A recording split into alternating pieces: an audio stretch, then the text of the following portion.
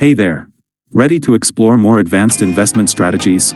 Trading options on Charles Schwab provides flexibility, but it's crucial to understand the platform and the risks before you begin. Welcome back to Guide with Samuel. Here's the simple way to get started. First, you must apply for and be approved for options trading in your account settings. Once approved, go to the Trade tab on the website or app and select Options. You can search for a stock, view its options chain, and see available contracts, calls and puts, at different strike prices and expiration dates. Select a contract, choose your order type, and preview the potential risk/return before submitting.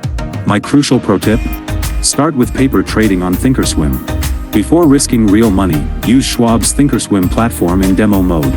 It gives you a virtual $200,000 to practice options strategies risk-free. It's the best way to learn the mechanics without the stress. That's your responsible entry into the world of options trading.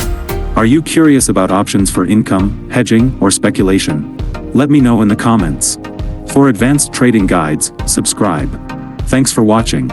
I'm Samuel, and I'll see you next time.